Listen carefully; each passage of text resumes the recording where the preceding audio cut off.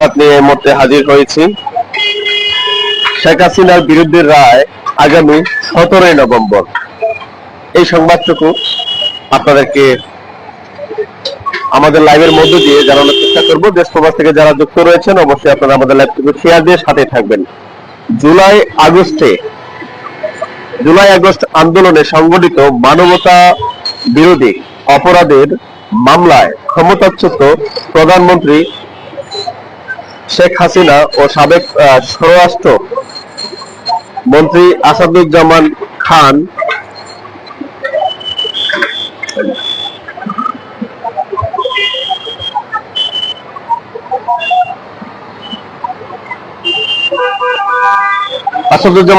কামাল সহ 3 জনের রায়ের দিন ধার্য করেছেন আন্তর্জাতিক অপরাধ ট্রাইব্যুনাল। এই মামলার রায় আগামী 17 নভেম্বর সোমবার ঘোষণা করা হবে। বৃহস্পতিবার দুপুর 12:09 ট্রাইব্যুনাল 1 এর চেয়ারম্যান বিচারপতি মোহাম্মদ গোলাম মুর্তজা মজুমদারের নেতৃত্বাধীন 3 সদস্যের বিচারিক প্যানেলে এই দিন নির্ধারণ করেন। ট্রাইব্যুনালের বাকি সদস্যরা হলেন বিচারপতি মোহাম্মদ শফিউল আলম মাহমুদ ও বিচারপতি মোহাম্মদ মহিতুল হক এনাম চৌধুরী।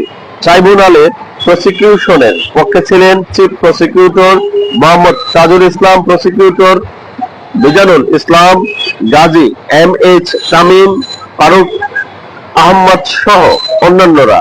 গত 23 অক্টোবর এই মামলার সমাপনী বক্তব্য দেন অ্যাটর্নি জেনারেল মোহাম্মদ আসাদুজ্জামান।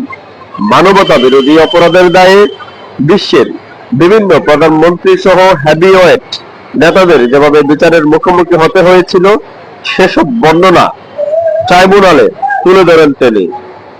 একই সঙ্গে শেখ হাসিনা ও কামালের সর্বোচ্চ সাজা দাবি করেন। পরে আসামি পক্ষে রাষ্ট্র নিযুক্ত আইনজীবীর যুক্তি উপস্থাপনের কয়েকটি বিষয়ে জবাব দেন চিফ প্রসিকিউটর মোহাম্মদ তাজুল ইসলাম। এরপর তাদের কিছু কথার পাল্টা উত্তর দেন স্টেট ডিফেন্স আইনজীবী আমির হোসেন। পরে রায়ের তারিখ ঘোষণার জন্য আজকের দিন ধার্য করেন ট্রাইব্যুনাল। এই সপ্তাহ খানেকের মধ্যে মানবতা বিরোধী অপরাধের এই মামলার রায় হওয়ার সম্ভাবনা রয়েছে। ফলে জুলাই গণহত্যার কোন রায় শুনবে এই জাতি। এই মামলায় সাবেক আইজিপি চৌধুরী আব্দুল্লাহ আল মামুনের নামও রয়েছে। তবে রাজসাক্ষী হয়ে ট্রাইব্যুনালে জবানবন্দি দিয়েছেন তিনি।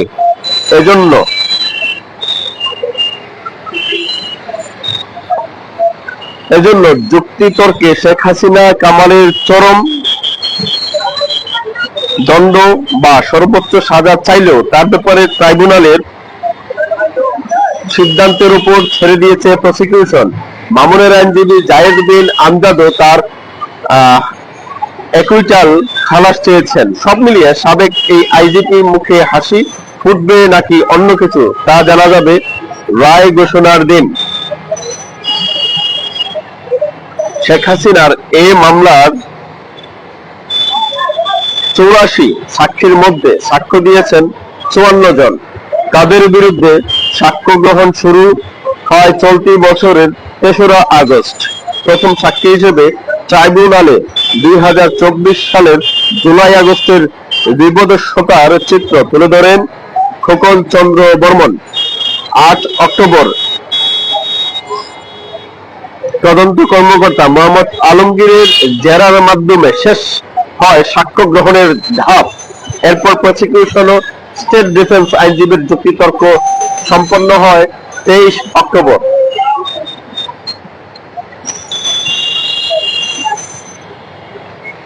এই মামলায় তাদের বিরুদ্ধে মানবতা বিরোধী অপরাধের 5টি অভিযোগ আনে প্রসিকিউশন। এর মধ্যে রয়েছে উস্কানি, মারণাস্ত্র ব্যবহার, আবু সাইদ হত্যা, চানখারপুলে হত্যা ও আশুলিয়ায় লাশ পুরানো। আনুষ্ঠানিক অভিযোগ মোট 8747 পৃষ্ঠার। এর মধ্যে তথ্যসূত্র 2018 খ্রিস্টাব্দ, জব্দ তালিকা ও দালিলিক প্রমাণাদি 4005 খ্রিস্টাব্দ, শহীদদের তালিকার বিবরণ 2724 খ্রিস্টাব্দ। সাক্ষী করা হয়েছে 84 জনকে। গত 12 মে চিফ প্রসিকিউশনের কাছে এই মামলার প্রতিবেদন জমা দেয় ট্রাইব্যুনালের তদন্ত সংস্থা। এই ছিল একটি বিশেষ আওয়ামী লীগের কার্যক্রম নিষিদ্ধ সংগঠন আওয়ামী লীগের ডাকা